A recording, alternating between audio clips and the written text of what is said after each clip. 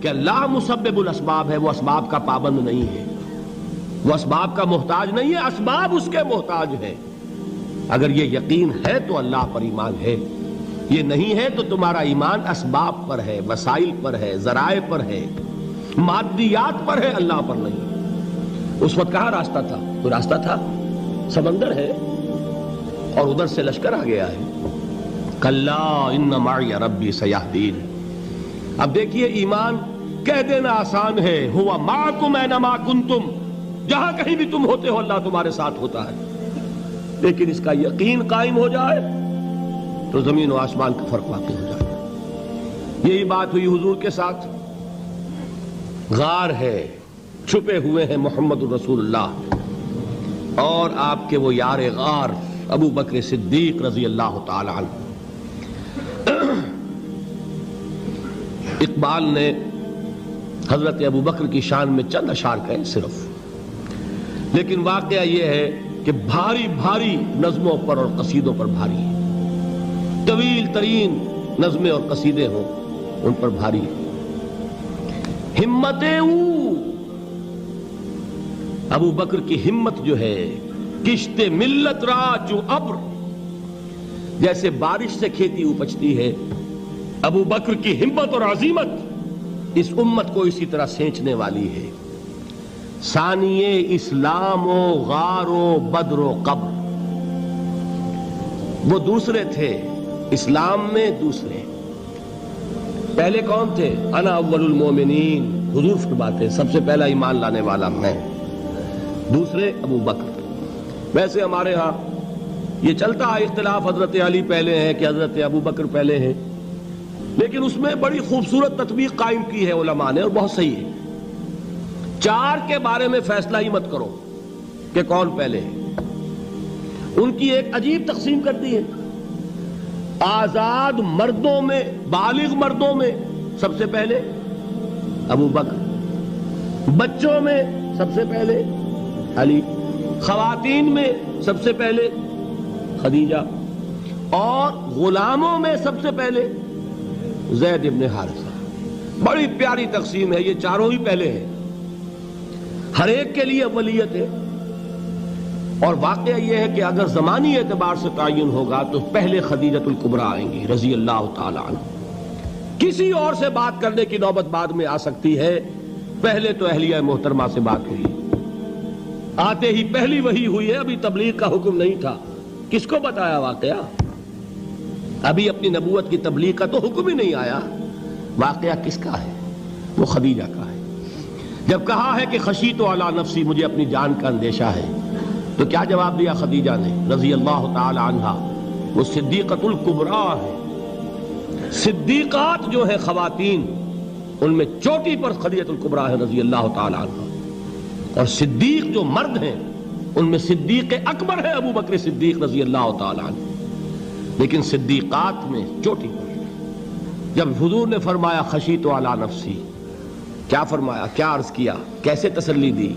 نہیں نہیں، اللہ آپ کو ضائع نہیں کرے گا، آپ غریبوں کے ہمدرد ہیں، آپ مساکین کے تکالیف رفع کرنے والے ہیں، آپ بیواؤں کی سرپرستی کرتے ہیں، آپ مسافروں کی خدمت کرتے ہیں، اللہ آپ کو ضائع نہیں کرے گا۔ یہ یقین ہے اس خاتون کے اندر۔ خیر وہ ایک علیحدہ بات ہو جائے گی۔ میرے دل پر حضرت خدیجہ رضی اللہ تعالیٰ عنہ کی شخصیت کا بڑا گہرا نقش ہے، جو وہ کوئی اور ہی وقت اور موقع ہوا تو بیان ہوگا۔ بہرحال اقبال نے ایک مصرے میں جو چار اولیتیں جمع کر دی ہیں، ہمتیں کشت امت را چو ابر، ثانی اسلام و غار و بدر و قبر۔ اسلام میں حضور کے بعد پہلے کون؟ ابو بکر۔ غار میں حضور کے ساتھ کون؟ ابو بکر۔ بدر کی رات اللہ کا رسول سربسجود، وہ جھاڑ، وہ گھاس پھوس کی جو جھوپڑی بنائی گئی تھی، اور وہاں تلوار ننگی لے کر پہرا دینے والا کون؟ ابو بکر۔ اور اس حجرہ عائشہ میں محمد کے بعد سب سے پہلے دفن ہونے والا کون؟ ابو بکر رضی اللہ تعالی عنہ وصلی اللہ علیہ وسلم۔ وہ جو معاملہ میں سنا رہا تھا غار ثور کا، حضرت ابو بکر بھی حضور کے خیال سے لرز گئے ہیں. آپ کو یاد ہوگا کہ جا کر پہلے تمام جتنے سوراخ تھے انہیں بند کیا ہے. ایک سوراخ رہ گیا تھا جس کو بند کرنے کے لیے کوئی کپڑا نہیں تھا. وہاں اپنی ایڑی رکھی ہے. تب کہا ہے حضور سے تشریف لائیے, اور اپنے زانو پر حضور کو لٹایا ہے. اور وہاں کسی موذی جانور نے کاٹا ہے. حضور کی آنکھ لگ گئی تھی. اس وقت اس بل کے اندر جو بھی بچھو ہے کیا ہے واللہ عالم, اس نے کاٹا ہے. اس کی تکلیف کی وجہ سے ابو بکر کی آنکھوں سے آنسو ٹپک گئے. حضور کے چہرے مبارک پر پڑے ہیں تو حضور جاگے ہیں, معاملہ کیا ہے. ایڑی نہیں ہٹائی وہاں سے, مبادا وہ جانور وہاں سے نکل کر محمد الرسول اللہ کو کوئی گزن پہنچا دے. ابو بکر کی ایڑی ہے, جس طرح چاہے کھا لے, ختم کر دے, جان نکل جائے تب کوئی آنچ آئے محمد پر تو آئے, لیکن جیتے جی نہیں. وہ ہے ابو بکر. حضور کے خیال سے اس وقت حضور نے پھر اپنا لعاب دہن لگایا ہے, اور اس سے پھر آپ کی تکلیف ختم ہوئی. جیسے خیبر میں حضرت علی کی آنکھ دکھ رہی تھی, اس کو جو شفا حاصل ہوئی ہے وہ بھی حضور کے لعاب دہن سے ہوئی. تو بہرحال اس وقت انہوں نے کہا ہے کہ اے نبی یا رسول اللہ, اگر اس وقت ان میں سے کسی نے غیر ارادی طور پر بھی اپنے قدموں کی طرف جھانک لیا تو پکڑے جائیں گے. کیا جواب تھا اللہ کے رسول کا؟ لا تحزن ان اللہ معنا. اللہ ہمارے ساتھ ہے, کیوں گھبراتے ہو ابو بکر. یہ ہے ایمان باللہ, میرا مالک اللہ, میرا رازق اللہ, میرا محافظ اللہ, میرا مددگار اللہ, میرا پشت پناہ اللہ, میرا دوست اللہ. یہ دوستی ہے اللہ کی جو لب لباب ہے, حاصل ہے ایمان کا. اسی کا نام ولایت ہے. اولیاء اللہ کے سروں پر سینگ نہیں ہوتے. جس کے دل میں ایمان راسخ ہو چکا ہو وہی اللہ کا ولی ہے. جسے اللہ پر یقین ہو چکا ہے وہی اللہ کا ولی ہے. جسے یقین ہے اللہ میرے ساتھ ہے, میرا مددگار, میرا پشت پناہ, میرا ساتھی, میرا دوست, میرا محبوب, میرا محب. اللہ اہل ایمان سے محبت کرتا ہے. واللہ یحب الصادقین. ان اللہ یحب الذین یقاتلون فی سبیلہ صفا کانہم بنیان مرصوص. اللہ محبت کرنے والا, اہل ایمان محبوب, اور اہل ایمان محبت کرنے والے اللہ محبوب. والذین آمنوا اشد حبا للہ. آپ تصور کیجئے جسے یہ رشتہ ایمان یا رشتہ ولایت حاصل ہو جائے, الا ان اولیاء اللہ لا خوف علیہم ولا هم یحزنون. آگاہ ہو جاؤ, اللہ کے دوستوں کے لیے نہ کوئی خوف ہے نہ کوئی حزن ہے. اور میں بیان کر چکا تھا, خوف اور حزن کے خاتمے ہی کا نام امن ہے. زوال خوف, زوال حزن. یہ خوف اور حزن کیوں آتے ہیں بار بار؟ اللہ تخافوا ولا تحزنوا, دونوں آ گئے. الا ان اولیاء اللہ لا خوف علیہم ولا هم یحزنون, پھر وہی دو. وہ کیوں ہے؟ خوف ہوتا ہے کسی مستقبل کی بات کا, یہ نہ ہو جائے, وہ نہ ہو جائے, یہ نقصان نہ پہنچ جائے, یہ تکلیف نہ ہو, یہ غضب نہ آ جائے. خوف ہے مستقبل سے. حزن ہے یہ کیوں ہوا, یہ نہیں ہونا چاہیے تھا, یہ میرا فلاں چیز میرے ہاتھ سے جاتی رہی ہے, فلاں موقع نکل گیا, اب بیٹھے ہوئے ہیں اندر ہی اندر کڑ رہے ہیں, صدمہ ہے اور رنج ہے. اور جو اللہ پر ایمان رکھتا ہے وہ جانتا ہے ما اصاب من مصیبت فی الارض ولا فی انفسکم الا فی کتاب من قبل ان نبرأها ان ذلک علی اللہ یسیر لکی لا تعصوا علی ما فاتکم ولا تفرحوا بما آتاکم واللہ لا یحب کل مختال فخور. اس زمین میں یا تمہاری جانوں میں کوئی تکلیف, کوئی مصیبت نہیں آ سکتی سوائے اس کے کہ جو اللہ نے لکھ دی ہو, اس سے پہلے کہ وہ ظاہر ہو. جس کو یہ حقیقت معلوم ہو گئی اس کو یہ طرز عمل اختیار کرنا چاہیے. جو چیز چھن جائے, جاتی رہے, چھوٹ جائے, اس پر افسوس نہ کرو. کس نے چھینی؟ دوست نے. دوست کے فیصلے پر شکایت. دوستی کو بٹا لگا رہے ہو, سرے تسلیم خم ہے جو مزاج یار میں آئے.